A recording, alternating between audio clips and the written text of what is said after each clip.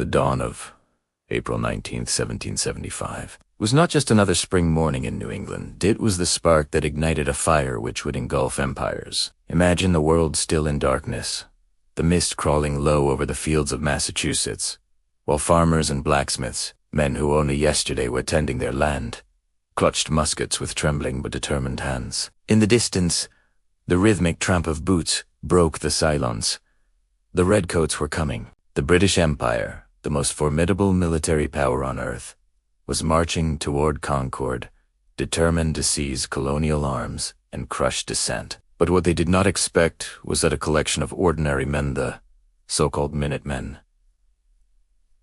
would stand in their path and change the destiny of the world. Historians often say that battles decide nations, but Lexington and Concord did more.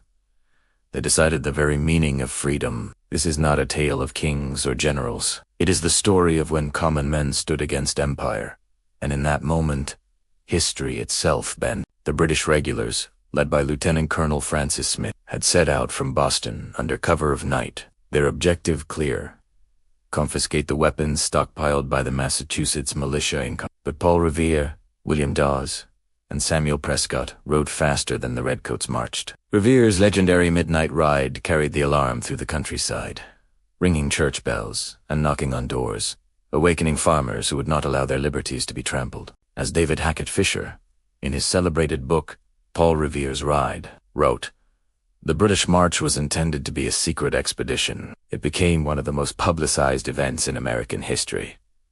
By dawn, hundreds of colonial militiamen were converging. The empire's secrecy had evaporated, and the colonies stood awake, alert, and armed. At Lexington Green, a small force of around 77 militiamen gathered, led by Captain John Parker. He was no fiery revolutionary, but a veteran of earlier wars, a man of few words, but unshakable resolve. Parker told his men, "Stand your ground, don't fire unless fired upon. But if they mean to have a war, let it begin here."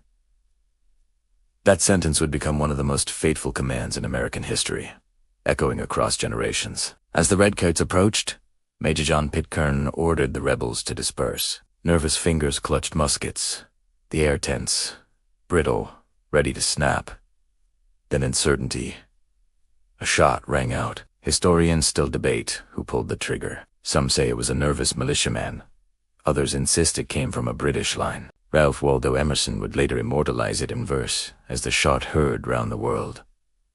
Crack of that musket ball did more than pierce the morning silence. It shattered the illusion that the colonies would bow quietly to imperial command. 8 militiamen lay dead, 10 more wounded. The British cheered, believing they had cowed rebellion, but in truth, the fire had only just been lit. The British pressed onward toward Concord, but every step they took tightened the noose around their mission. At Concord's North Bridge, colonial numbers had swelled. Militias from Acton, Bedford, and other towns had rushed in, forming a force strong enough to challenge. Historian Gordon S. Ward remarked in The Radicalism of the American Revolution, the ordinary farmer found himself suddenly transformed into a defender of liberty, his musket a symbol of something far larger than his own farm. As the British attempted to destroy supplies, smoke rising from burning gun carriages convinced the militia that their homes and town were being set aflame. Enraged, they advanced. The British regulars opened fire, and this time the militia returned it with deadly accuracy. The disciplined volleys of empire met the raw but resolute fury of farmers, and astonishingly, the redcoats faltered. The British fell back, retreating toward Boston, but their nightmare had only begun. The retreat became a running gauntlet. From behind stone walls, from the cover of trees, from every bend in the road, colonial sharpshooters unleashed a withering fire. Joseph Ellis, in Revolutionary Summer, noted, "The British retreat from Concord was not a march, but a rout, an unending torment, as if the very land had risen against them." Men who knew every hill and hollow of their countryside made every yard of British retreat bleed. By the time the battered column staggered back into Boston, nearly 300 British soldiers were killed, wounded, or missing. For the Empire, the day that was supposed to silence rebellion had instead announced war. And here, lies the heart of Lexington and Concord. It was not the clash of professional armies, but the collision of ideals. The British Empire sought obedience. The colonists sought liberty. And in that crucible, it was proven that determination, faith, and a belief in self-rule could defy the greatest power on earth. It was as historian Bernard Bailyn once put it in the ideological origins of the American Revolution, a transformation of the ordinary into the extraordinary. Farmers became fighters, villages became battlegrounds, and the promise of freedom became something worth dying for. But before we continue into the deeper consequences of this first battle of the Revolution, let me pause to ask you if you're fascinated by the courage of men who stood against impossible odds. If you want to understand the battles, the choices, and the raw human moments that forged nations, then this is the place to be. Subscribe to the Vertex of Time channel right now, so you won't miss the stories of history's greatest turning points. Every week, we dive into the battles, leaders, and ideas that shaped our world. Join us, because history is not just about the past.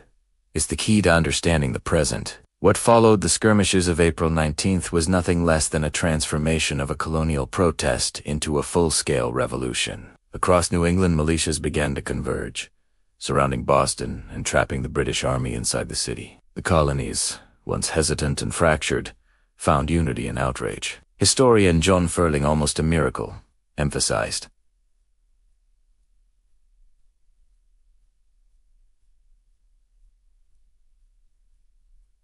Lexington and Concord were the fulcrum on which America pivoted from resistance to rebellion. The myth of British invincibility was shattered. The colonists had stood, fought, and survived. And more importantly, they had drawn blood.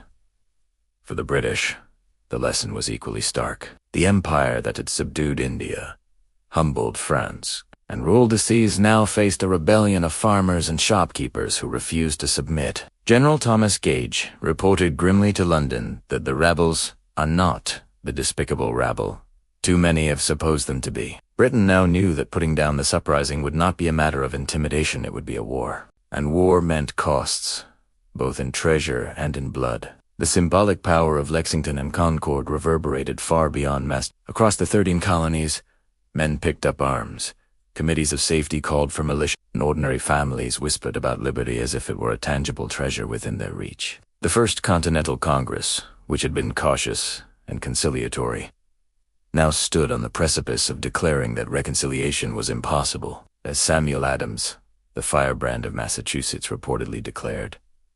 What a glorious morning for America. For him and his compatriots, April 19th was not a tragedy, but a birth. The birth of a people who would not be subjects, but citizens. The image of Minutemen, ready at a moment's notice, became immortalized in American memory. They were not professional soldiers. They were fathers, brothers, sons who understood that liberty was fragile and had to be defended. The romanticism of their stand has often been celebrated in art and literature, but its reality was far greater. Many who marched out that day never returned. Their families mourned.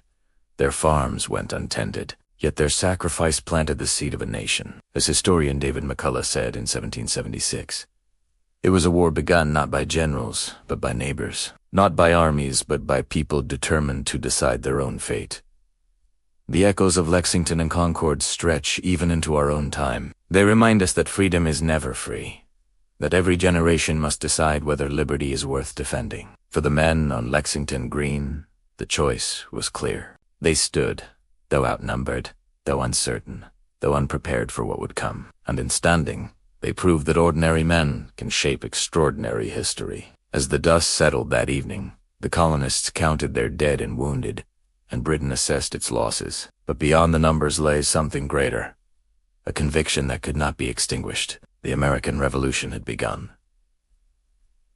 The world would never be the same. So, when we look back at Lexington and Concord, we see more than muskets and marching columns. We see the moment when ideals became action, when resistance became revolution, when a people declared, in the only language empire understood, that they would be free. And that, perhaps, is why Ralph Waldo Emerson's words still ring true. The shot heard round the world was not only heard by the men who fell, but by generations yet unborn, who would inherit the liberty purchased that day.